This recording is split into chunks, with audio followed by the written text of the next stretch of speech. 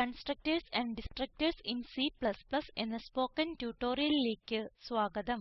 ഇവിടെ പഠിക്കുന്നത് കൺസ്ട്രക്ടർസ്, വിവിധ തരത്തിലുള്ള കൺസ്ട്രക്ടർസ്, ഡിസ്ട്രക്ടർസ്. നമുക്ക് ചില ഉദാഹരണങ്ങളുടെ സഹായത്തോടെ ഇത് ചെയ്യാം. ഈ ട്യൂട്ടോറിയൽ റെക്കോർഡ് ചെയ്യാൻ ഞാൻ ഉപയോഗിക്കുന്നത് Ubuntu OS version 1110 G compiler version 461. കൺസ്ട്രക്ടറിനെ കുറിച്ചാണ് നമ്മൾ ഇപ്പോൾ പഠിക്കുന്നത്. ഒരു കൺസ്ട്രക്ടർ ഒരു മെമ്പർ ഫങ്ഷൻ ആണ്. ക്ലാസിന്റെ പേര് തന്നെയാണ് ഇതിനും കൊടുക്കുന്നത്. കൺസ്ട്രക്ടർസ് വാല്യൂ തിരിച്ച് അയക്കാൻ കഴിയില്ല. ഒരു ഒബ്ജക്റ്റ് നിർമ്മിക്കുമ്പോൾ ഇത് സ്വന്തമായി പ്രവർത്തിക്കുന്നു. വിവിധ തരത്തിലുള്ള constructors: parameterised constructors, copy constructors, അതുപോലെ ഡിഫോൾട്ട് കൺസ്ട്രക്ടർസ്. ഇനി നമുക്ക് ഡിസ്ട്രക്ടർസ് നോക്കാം. ഡിസ്ട്രക്ടർസ് മെമ്മറി ഡീഅലോക്കേറ്റ് ചെയ്യാൻ ഉപയോഗിക്കുന്നു. ഒരു ഒബ്ജക്റ്റ് ഇല്ലാതാക്കുമ്പോഴാണ് ഇത് പ്രവർത്തിക്കുന്നത്. ഒരു ഡിസ്ട്രക്ടർ ആർഗുമെന്റ്സ് ഒന്നും എടുക്കുന്നില്ല. അതുപോലെ അതിന് റിട്ടേൺ ടൈപ്പ് ഇല്ല. ഇനി നമുക്ക് കൺസ്ട്രക്ടർസിന്റെയും ഡിസ്ട്രക്ടർസിന്റെയും ഉദാഹരണങ്ങൾ നോക്കാം. എഡിറ്ററിൽ ഞാൻ നേരത്തെ എഴുതിയിട്ടുള്ള കോഡാണ് നമ്മൾ ഇപ്പോൾ കാണുന്നത്. നമ്മുടെ ഫയലിന്റെ പേര് cons-dest.cpp. ഈ പ്രോഗ്രാമിൽ നമ്മൾ ചെയ്യുന്നത് കൺസ്ട്രക്ടർ ഉപയോഗിച്ച് രണ്ട് സംഖ്യകളെ കൂട്ടുക. ഞാൻ കോഡ് വിശദീകരിക്കാം. അയോസ്ട്രീം എന്നത് ഒരു ഹെഡർ ഫയലാണ്. ഇവിടെ നാം എസ്ടിഡി നെയിംസ്പേസ് ഉപയോഗിക്കുന്നു. നമുക്ക് അഡിഷൻ എന്ന ഒരു ക്ലാസ് ഉണ്ട്. aയും bയും ഇന്റിജർ വേരിയബിൾസ് ആണ്. ഇത് അഡിഷൻ ക്ലാസിന്റെ പ്രൈവേറ്റ് മെമ്പേർസ് ആണ്. ഇവിടെ നാം പബ്ലിക്ക് സ്പെസിഫയർ ഉപയോഗിക്കുന്നു. ഇനി നമുക്ക് അഡിഷൻ എന്ന കൺസ്ട്രക്ടർ ഉണ്ട്. ഈ കൺസ്ട്രക്ടറിന് ക്ലാസിന്റെ അതേ പേരാണ്. ഇവിടെ നമ്മൾ രണ്ട് ആർഗുമെന്റ്സ് കൊടുത്തു. ഇനി നമുക്ക് ഒരു ഡിസ്ട്രക്ടർ ഡിഫൈൻ ചെയ്യാം. ഇതിനായി നമ്മൾ ഡിസ്ട്രക്ടറിന്റെ പേരിന് മുന്നിൽ ചിഹ്നം ഉപയോഗിക്കുന്നു. അഡ് ഒരു പബ്ലിക്ക് ഫങ്ഷൻ ആണ്.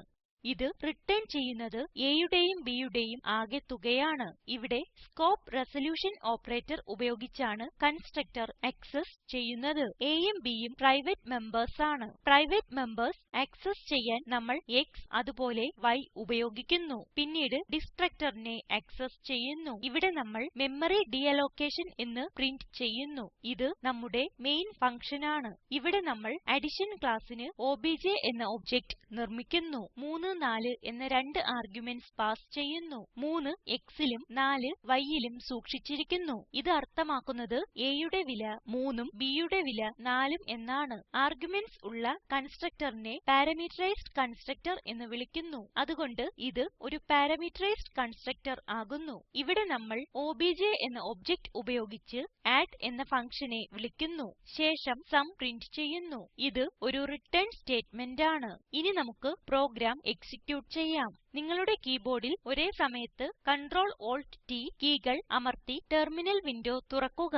കമ്പൈൽ ചെയ്യാൻ ടൈപ്പ് ചെയ്യുക g space cons-dest.cpp space -o space cons. Enter അമർത്തുക. ടൈപ്പ് ചെയ്യുക /cons. എന്റർ അമർത്തുക. നമ്മൾ കാണുന്ന output sum is 7. Memory deallocation. ഇനി നമുക്ക് ഡിഫോൾട്ട് കൺസ്ട്രക്ടർസിന്റെ ഉദാഹരണം നോക്കാം. നമുക്ക് പ്രോഗ്രാമിലേക്ക് തിരിച്ചു പോകാം. എഡിറ്ററിൽ ഞാൻ നേരത്തെ എഴുതിയിട്ടുള്ള കോഡാണ് നമ്മൾ ഇപ്പോൾ കാണുന്നത്. നമ്മുടെ ഫയലിന്റെ പേര് default.cpp.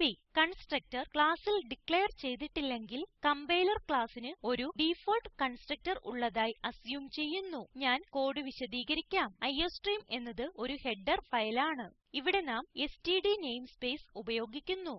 നമുക്കിവിടെ സബ്ട്രാക്ഷൻ എന്ന ഒരു ക്ലാസ് ഉണ്ട്. aയും bയും പബ്ലിക്ക് ആയി ഡിക്ലെയർ ചെയ്തിരിക്കുന്നു. ഇവിടെ നമുക്ക് സബ് എന്ന ഫങ്ഷൻ ഉണ്ട്. നമ്മൾ രണ്ട് arguments int a, int b കൊടുക്കുന്നു. ഇത് a, b എന്ന രണ്ട് സംഖ്യകൾ തമ്മിലുള്ള വ്യത്യാസം കാണിക്കുന്നു. ഇതാണ് ഡിഫോൾട്ട് കൺസ്ട്രക്ടർ.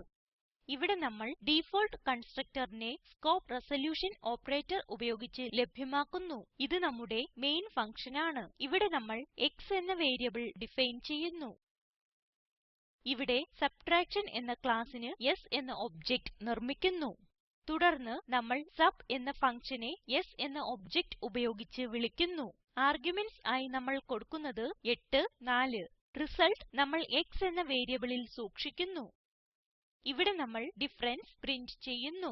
ഇത് ഒരു റിട്ടേൺ സ്റ്റേറ്റ്മെന്റ് ആണ്. ഇനി നമുക്ക് പ്രോഗ്രാം എക്സിക്യൂട്ട് ചെയ്യാം. നമുക്ക് ടെർമിനൽ വിൻഡോയിലേക്ക് തിരിച്ചു പോകാം. കമ്പൈൽ ചെയ്യാൻ g space default hyphen OBJ dot CPP space hyphen o space def എന്ന് എഴുതുക. എന്റർ ടൈപ്പ് ചെയ്യുക. Def enter.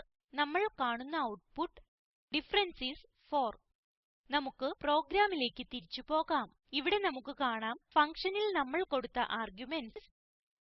കഴിഞ്ഞ ഉദാഹരണത്തിൽ നമ്മൾ കണ്ടത് ഒബ്ജക്റ്റിൽ ആർഗുമെന്റ്സ് എങ്ങനെ കൊടുക്കാം എന്നാണ്. ഇവിടെ നമ്മൾ കണ്ടത് ഒബ്ജക്റ്റ് ഉപയോഗിച്ച് ആർഗുമെന്റ്സ് എങ്ങനെ കൊടുക്കാം എന്നാണ്. നമുക്ക് സ്ലൈഡിലേക്ക് മടങ്ങിപ്പോകാം.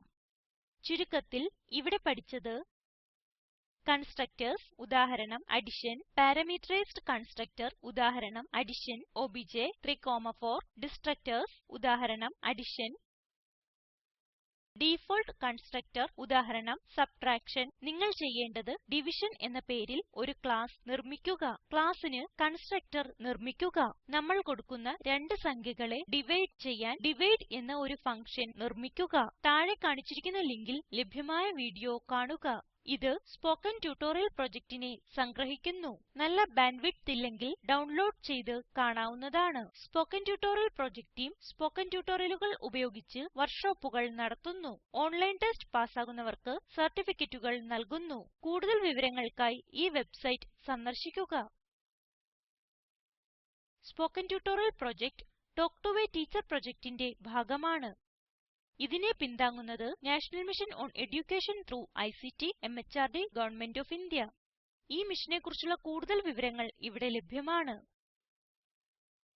ഈ ട്യൂട്ടോറിയൽ വിവർത്തനം ചെയ്തത് ജെയിൻ ജോസഫ്. ഞാൻ ദേവി സേനൻ, IIT ബോംബേ. നന്ദി.